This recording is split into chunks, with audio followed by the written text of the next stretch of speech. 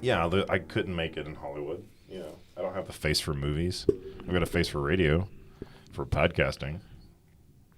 But I think that all it really takes is exposure to that, and then how do you react to meeting somebody who is more impressive in certain aspects? Because that's the other thing that I say constantly to others is, if I'm just a little further along the curve than you, like we're all on the same track. Yeah. And if I'm a Right. little further along the curve than you, then it's my responsibility to reach back and help pull you up. And then the person who's further along the curve than me, it's their responsibility to reach back and help. And it's my responsibility to accept and to grow. And so it's mutual humility. We're like, That's a good, yeah. it's humbling to teach someone, or at least to recognize, oh, you have talent, you have a given ability. Like God has given you a gift. Yeah. And the only way to make that gift better is to surround yourself with people who are better than you. Yeah. Or, I guess, surround yourself by people who are also focused on getting better. That's a good image on pride as well, because I guess what you're saying is pride can also be when you slap that person's hand Precisely. whose responsibility is to reach Precisely. around and Yep. help you. And that's so there's two potential downfalls. Right. And so in the life of a Christian, you're not supposed to do either of those things. Or run ahead, right? Exactly. Yeah. So and that imagery is throughout Jesus' teaching and the teaching of the apostles, which is who is more powerful than any of us? Who is the best of all of us ever, other than Christ? And Christ did absolutely everything that he could to show us how to, But pull us up. yes, Yeah. show us the path. Like, follow after me, you know. And even then, Paul talks about the race. I've finished the course. I've run the race. Yep. Yes. And then when he's talking to Timothy, it's to prepare him so that he can run the race. Right. So, and that's what's so interesting. I do think that's really exciting for him, and I hope he does well. But that's the other thing that we were talking about. We're like, when you're inside the shelter of your Father's house, the world is very cut and dry and very comfortable, very black and white, and that's a great place to be given the pillars of foundations of faith, of self-confidence, of ethics, work ethic, and then to leave your Father's house is very scary.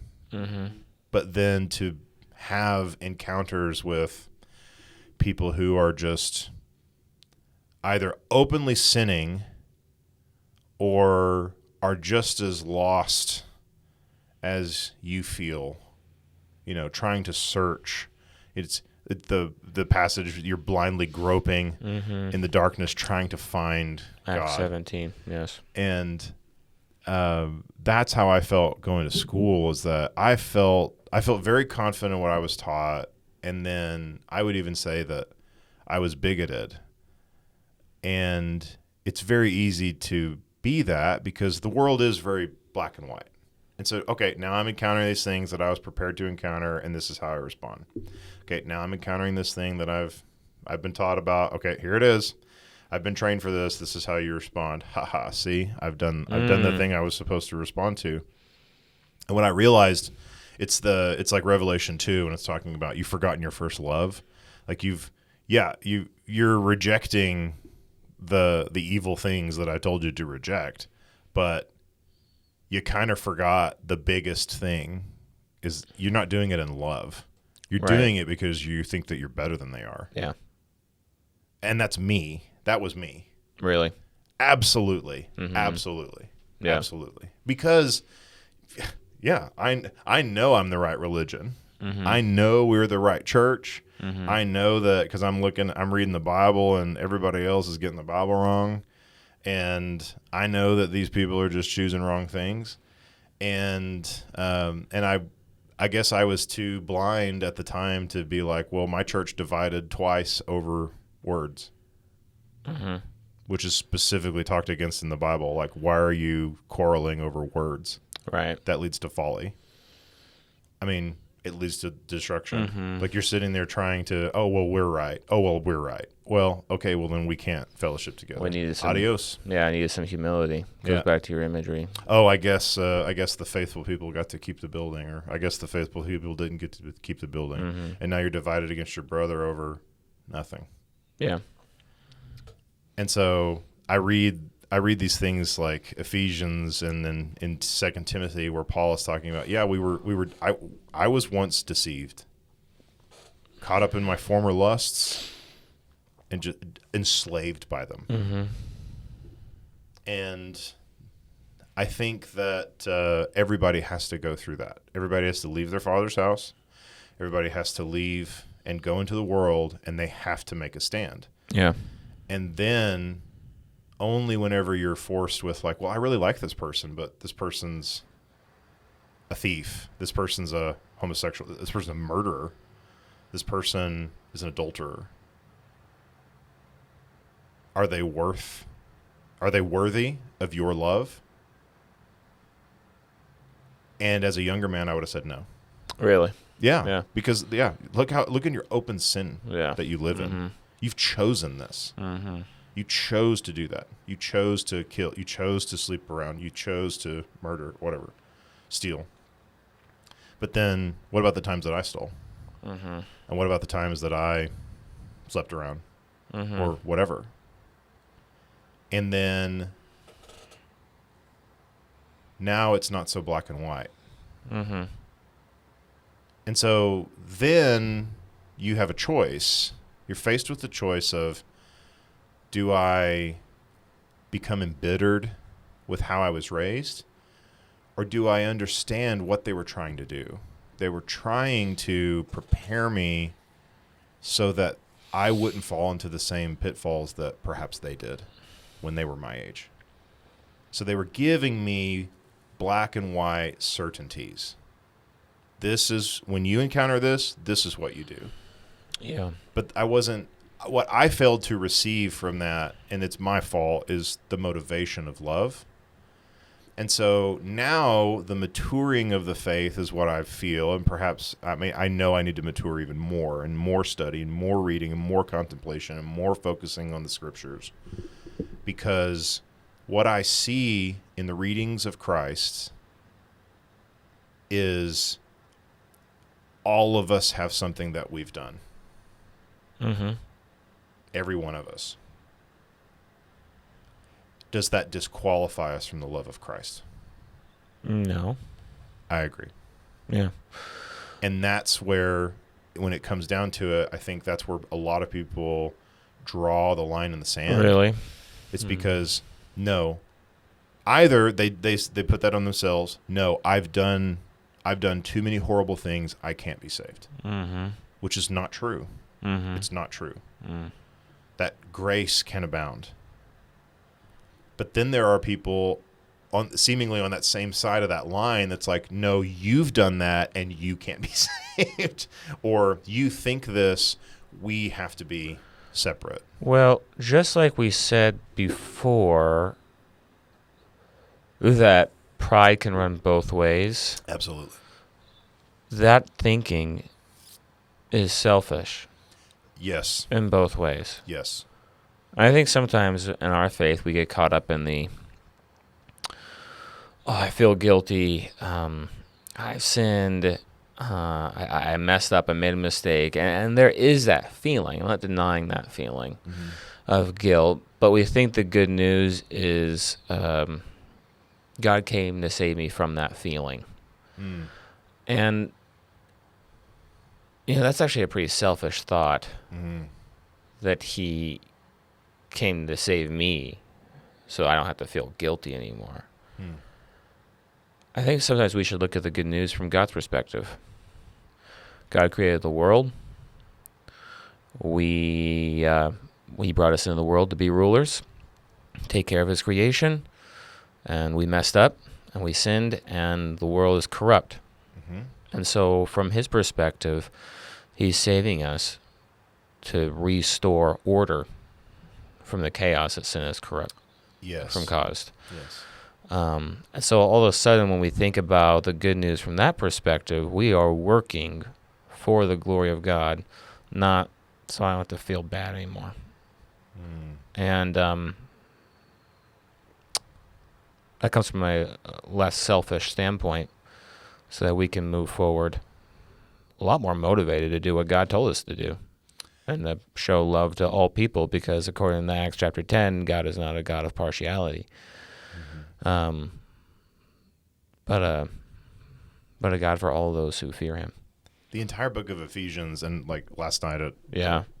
tried to read too much of it, I think, but the entire book of Ephesians is focused on that. Yeah. Is that when you boil it down, the points are that we understand that we're saved by grace. Right. That we mature in that race following after Christ because we do good works. Mm-hmm. And we do good works to inspire others through our maturity, because we don't fall. We're working to not fall into those same pitfalls that we did when we were younger, of selfishness, of hatred, of bigotry, because those are all deceptions. We're not supposed to look at our fellow man who's made in the image of God and say, you are a subhuman being because you have these traits. Right. You have this skin color. You don't make as much money as I do. Yeah, you speak this language. Sure. It's important to invoke those words, because there's so much bigotry and hatred against others, even within, because especially in our country right now, there's so much language being pushed out about the alt-right Christian movement. They are putting Christ's name in the same breath as people who hate others. And it's not right. Mm-hmm. Jesus never teaches hatred. You're right. Any thoughts, Caleb?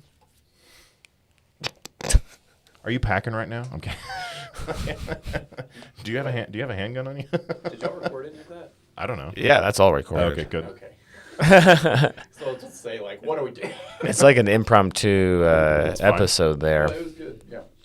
I had to do the invocation for the city hall the other day. What? Yeah, or last week. That's a big deal. Yeah, I was blessed. I was happy to do it. For City Hall? Yeah. Wow. Here in Lubbock. I would have gone to that. Why didn't you say something? Really? Yes. I would have too. I would have gone to City Hall and listened to you give a prayer. Absolutely. Oh, well, I didn't think about that. You selfish person. Shame on you. Yeah, no, that was there just for me. No, when I was preparing the prayer, I just wanted to encourage everyone, right? And encourage the leaders, pray for their wisdom, as we're called to do in the scriptures, but also to give a prayer that presents the gospel at the same time. Yes. That's evangelistic in nature. At least not to follow up with me, but for them to sit and consider things. And so I hope that I did that. I tried my best, and it was a good opportunity for me. Absolutely. And so I hope that's what I did. But I remember right after you give the Pledge of Allegiance, you just remain standing, and then you give the Texas Pledge right after. And I had never given the Texas Pledge before. That was my first time. Really? So now I'm officially a Texan. And they changed pledge. it since I've been in school. Really? Yeah. Well, I actually had to look at the words a little bit. I've never done that. I was just like, I give the Pledge of Allegiance, yada yada yada yada. And then I was like, I was like, Texas flag. Oh, what is? Oh, okay. Everybody's looking at the other flag. And like, wait, there's a second part.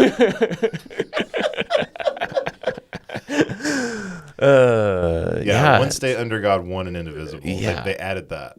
Oh, really? Yeah. So it Interesting. used to be honor the Texas flag. I pledge allegiance to the Texas.